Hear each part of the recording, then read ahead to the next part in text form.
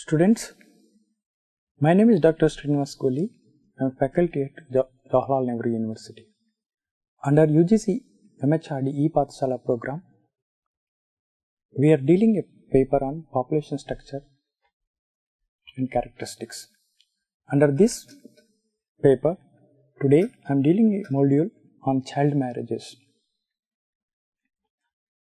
The term child marriage takes different forms, but widely accepted definition is the marriage before completion of the minimum age of 18 years. In simple terms, child marriage is the marriage of a person aged before majority, attaining majority. Although birth, marriage, death are three key events in human lives, only marriage is a matter of choice. The right to exercise that choice was recognized as a principle of law even in historical times and has long been established in international human rights. It was derived from the Article 1 of the Convention on the Rights of Child. Article 1 Convention on the Rights of Child in 1918. In 1945, the United Nations Charter under the Universal Declaration of Human Rights reaffirmed a faith in fundamental human rights and encouraged for fundamental freedoms without distinction between sexes. Thus, the Convention on Elimination of Discrimination Against Women provides for the prohibition of child marriage in Article 16.3. The Universal Declaration of Human Rights, the United Nations 1948 recommendation on minimum age of laws around the world. If you look at the top 20 countries with the highest rates of child marriage, India stands around in the middle of these 20 countries. But the more disappointing thing is India stands above the Somalia and many other African countries like Nigeria and Democratic Republic of Dominican Republic. This tells that the condition of women in India are worse. The status of women is very low. And the child marriage is a serious social and public health issue. If you look at the top 10 countries with the highest absolute number of child marriages, India stands above. And Bangladesh, which has the second highest, but we are way behind the Bangladesh. Although according to 2001 census, we have a child marriages of 30.2% at below 18 years, but the more worse is around 14% of marriages are also happening below 10 years and as worse as 2.3% of marriages are happening below 10 years. If we calculate the tempo of child marriages in India, according to census, we see every hour there is a 150 child marriages happening in India. Per minute there are 3 marriages and per day it more than 3,603 marriages. So more than 3,603 marriages per day. And if you look at yearly and monthly, this number of marriages which heading is more than a population of even some countries. If you look at the top 7 states which contributing more than 70% of child marriages to the country, which includes Rajasthan, West Bengal, Jharkhand, Bihar, Tripura, Madhya Pradesh and Andhra Pradesh, which have highest prevalence of child marriage, whereas Rajasthan has the highest prevalence of child marriage, followed by West Bengal and Jharkhand. There are also, if you look at the top 20 districts which are having the highest number of child marriages, majority of these districts belong to the empowered action group states or backward states like Rajasthan, Uttar Pradesh, Jharkhand and UP. If you look at the change in the female child aged marriage in India in selected major states, over the period we have considerable change in the child marriages. But hardly we see any kind of convergence in this change in child marriages, aged marriage in India. The aged marriage in India, if you look at the geographical spread, still mean aged marriage, though the mean aged marriage, the special pattern looks better because most of the states are having above national averages, but the district level pattern shows that there is a cultural continuum in terms of prevalence of child marriage. There are the three clusters which we see in the prevalence of the child marriages. One cluster, if you look at the districts properly, one cluster is at the western side of the state, which is followed by which is comprises of the eastern Rajasthan and Gujarat, and one is on the eastern side of which comprises Jharkhand, West Bengal and parts of Bihar, and one is in the South India, which is the former Telangana and Andhra Pradesh, which includes the northern part of Karnataka and southern part of Maharashtra. If you look at the percentage of contribution of child marriage by male female, as per the 2011, 83% of child marriages are contributed by females, only 17% are contributed by males. And if you look at the same figure for the recent years, that is 2007 to 2011, we have seen 87% of the child marriages are coming from the females and only 12% are contributed by men. So when it comes to child marriages, there's a major problem is the female child marriages, that is the girl child marriages. And if you look at the rural-urban distribution of child marriages, the 75% of child marriages are contributed by the rural areas, whereas only 25% is contributed by the urban areas. Even in the recent years, the contribution of rural areas even further rises, and it stands at the 82%, whereas the rural areas contribute 18%. In terms of absolute contribution of child marriages by different states to the nation, UP stands at first, both in the at the time of March 31st, 2011, or the marriages happened in the last 4 years before the census. That is between the 2007 to 2011. In the both ways, we see the UP contributing highest. But if you look at the particularly if you look at the number of states which is contributing to the highest number of child marriages in the after UP, the West Bengal, which surprisingly emerges as the second highest contributor in the recent year. That's something which we need to think of. West Bengal, which is often considered as a state with a better progress, but which replaces Andhra Pradesh as the second highest contributor of child marriages. In terms of, for example, absolute number of privilege, we've seen a different standing. But if you come to the prevalence of child marriages, which is calculated from the UN definition, that is number of marriages married below 18 years in the age group of 20 to 24. If you see that particular figure, that is a prevalence of by standard definition prevalence of child marriages, Bihar stands at high. This is calculated based on India Human Development Survey report.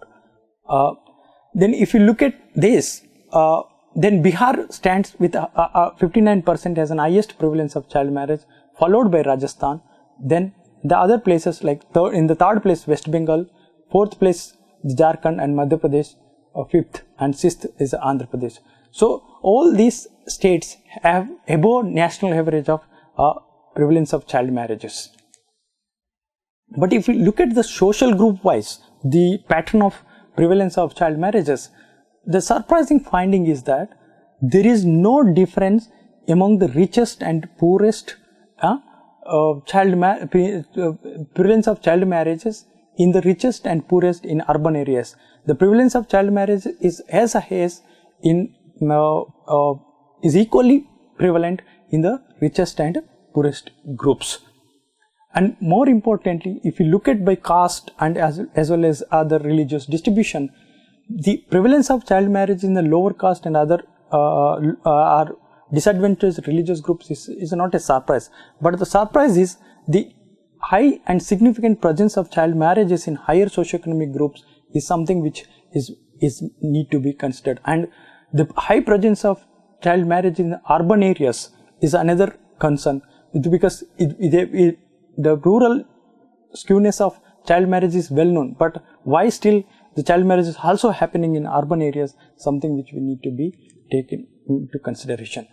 Then if you look at, there is another way of presenting these particular figures are the intensity of child marriages. If you look at the intensity of child marriages, what we observe is by the time of 19 years, 75% of the marriages happening in India.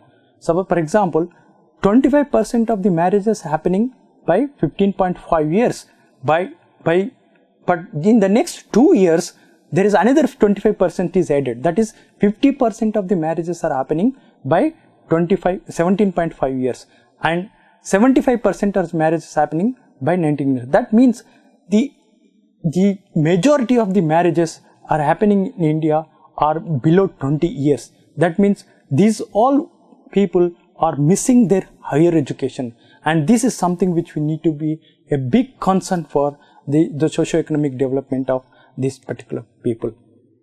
But if you look at the progress, what have we achieved in terms of this indicator with the 3-4 decades of our policies?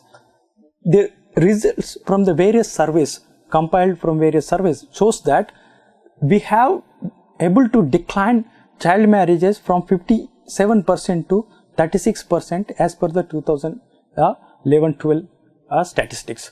So, but still we are the one of the highest number in terms of both prevalence and in terms of absolute number of child marriages contributing to the world is India.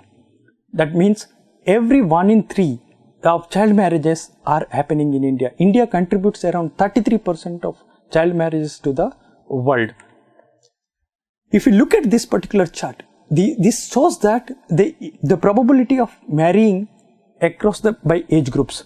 But what we can see from this particular figure is even both in the 2011 and in 2001 and 2011 across the male females, what we see, though the marriage age is varying until the age 40-44, but by the age 40-44 we see the universalization of marriage. So the marriage is universalized in India. So if we go to the policy perspective, so what we can recommend for the policy perspective? We say that there is an hotspots of the child marriages in the country. So that targeting the hotspots are very important. So we see the top 7 states of India which contributing highest number of girl child marriages. For example, if you look at this particular table, we see overall there are top 7 states are Rajasthan, West Bengal, Jharkhand, Bihar, Madhya Pradesh, Tripura and Andhra Pradesh, which have above 20% prevalence of child marriage. But if in rural areas, we see Rajasthan, West Bengal, Jharkhand, Madhya Pradesh, Andhra Pradesh, Bihar and Tripura, which also have more than 20% of child marriage. Whereas in urban areas, Tripura stands first, then followed by West Bengal, Rajasthan, Bihar, Jharkhand, Andhra Pradesh and Arunachal Pradesh, which have above 12% of child marriages. The same kind of way we can also prioritize at around top 20 districts which have more than 50% prevalence of child marriage. Then what explains these child marriages? That is also very important to understand. What we did is we started finding the relationship between the different socio-economic indicators and child marriages. When we see this, what we found is none of the socio-economic so-called the developmental indicators like per capita NSDP, that is net state domestic product, or population below poverty line, or share of urban population, or female literacy, none of them have a very strong correlation with the prevalence of child marriage, except the female literacy rate, which has a reasonable level of correlation, that is 0.44, but it's not a strong correlation until it crosses 0.6 or 0.7. So what we find is that none of these socioeconomic parameters, which we so-called development indicators, which do not have a good relationship with the child marriage. That means that even if these parameters improves, we don't give guarantee that child marriages will go down.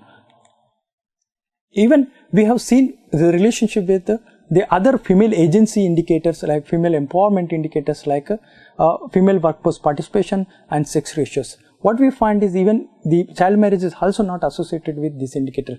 So that means even female workforce participation also does not give a guarantee that the child marriages will go down. Then what is the consequences of child marriage? That is also very important to learn the consequences of child marriages. Child marriages huge socio-economic consequences. For example, if you look at one by one the child marriages have huge demographic consequences. They affect the fertility choices, early childbearing and bigger family size, and they affect on nutritional status, they affect on maternal and child health status. Particularly marrying early will prevent the growth of the women because she conceives at early ages and it will prevent their physiological growth, and which is also contribute in turn to the poorer nutritional status. And marrying early will prolong the reproductive span, which also ultimately contributed to more number of children. And also marrying early will result into poor maternal and child health outcome because women is physiologically not ready to bear children. So in that age, if she start bearing the children, it's possible that she is not only deteriorates her own health, but also it harms their children's health. And child marriages also have an effect on the socio-economic factors. For example, early marriages affects the educational attainment. The marriages most often is a reason for the dropout from the schools. And marriages also affects the workforce participation because if you are early dropout from school, your skills are poorly improved, or you have a poor access to education and skills. That will put the girl child at the entering into low profile jobs or low wage jobs, which prevents their economic prospects. And also the lesser education, lower participation in the work also contribute to the poor agency and autonomy, which ultimately also contributes to the lower socioeconomic developments at the household level, because women's contribution to household income becomes less. That also reduces the prospects of households economic development, which further results into poor savings and poor capital formation, and poor savings also result into poor capital formation at the state level, which further, because we know that women is half of the population, and therefore if half of the population have a poorer skills to participate and lesser participation in the economic activities, which ultimately affects the economic prospects of a country.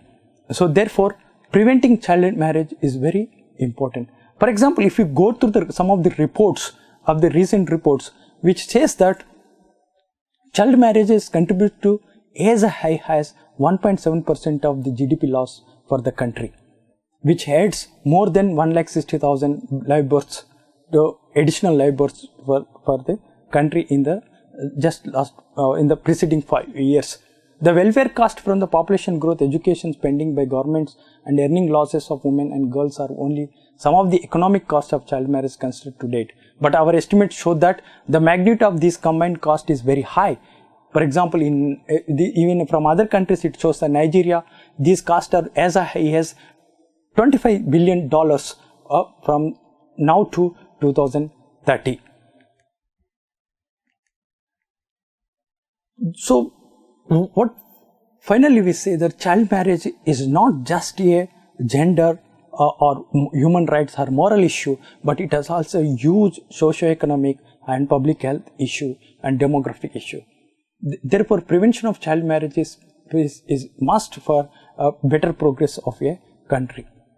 So, what should be the way forward for eliminating child marriages? The first way forward is bringing priorities into action. We have seen that none of the socio-economic indicators, like at the state level, either it is per capita GDP or the poverty or employment or education, none of these indicators have a strong correlation with the child marriage. Therefore, just by improving these indicators, if we think that we can avoid the child marriage, and that is new. So therefore, we need to have a perfect way forward to eliminate the child marriages. The first important is legal and political actions. Among the legal and political action, strengthening the legal system is the important. Particularly publicize the practices proven effective against the child marriages. Particularly, there are a number of people like working on the ground that they are bringing out the different practices which is working effectively to eliminate child marriages, particularly which working against or which can be resistant to the patriarchal custom, religious and social customs, which is enforcing the child marriage in the rural areas and at vulnerable population groups. So enforcing legal rights at multiple levels is the important, and breaking nexus between the parents and community leaders and police. That is also one of the important factors that emerged from the ground level literature, that there will be a nexus which is operating between parents, community and community leaders and police. That when the police fear to interfere into the community practices, religion, social practices, and the parents also in turn give money to the police and community leaders to avoid the legal actions against the child marriages. And sometimes even reporting child marriage itself is a big problem, because parents fear to legal consequences and reports the child marriage. Even girls fear of the legal consequences and against the parents and fear to report the child marriage. So this nexus, breaking the nexus and strengthening the police system to work as a watchdog for the action of practice of child marriage is very important. And among that, top political leaders should speak against the child marriage and state losses due to child marriage, because this attention, because now what we have seen is, though the practice is widely spread, but we don't have any top leaders is coming forward and saying against the child marriages. That need to be done. Otherwise, this message of the practice against the child marriages will not spread into the mass population. And also plan measures accordingly, cultural contiguity rather than geographical specific boundary. We have seen there are 3 cultural contiguity in India. One is at the borders of Rajasthan or Madhya Pradesh and the Gujarat, where a specific cultural contiguity which is operating and with different practices of child marriages are happening. For example, at different festivals and some religious ceremonies, we have widespread practice of child marriage. For example, Natta system in Rajasthan.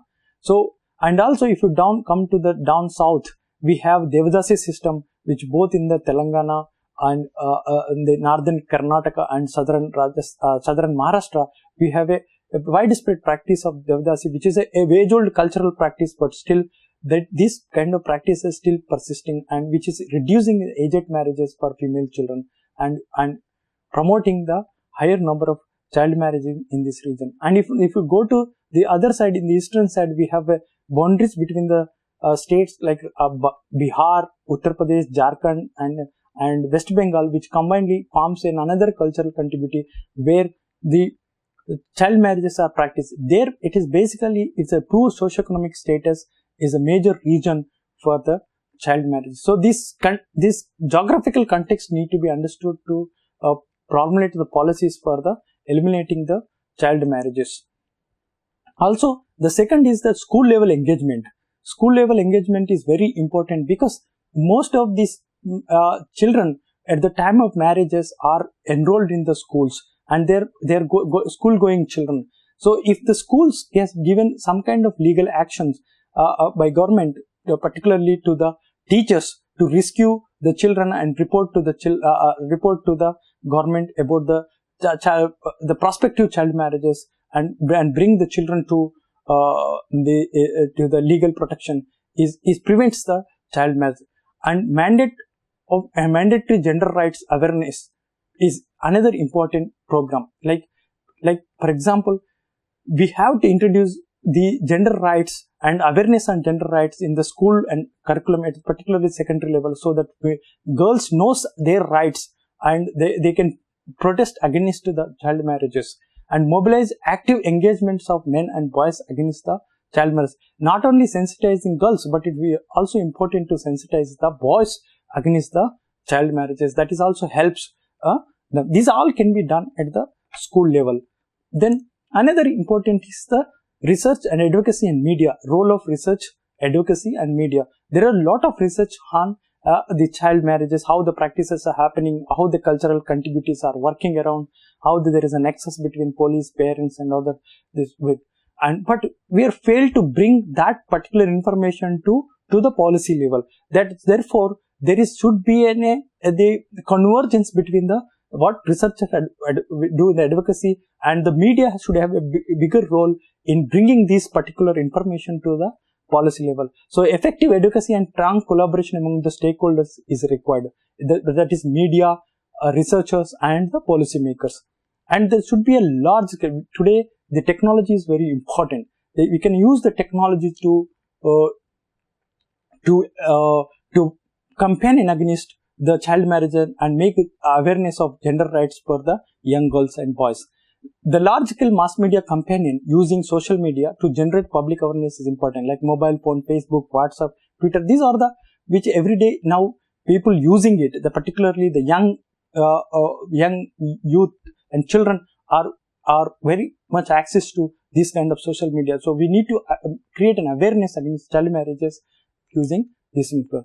Therefore, the child marriages, prevention of child marriages is a multiple stakeholders need to be involved. So let's make child marriage free India a lived reality.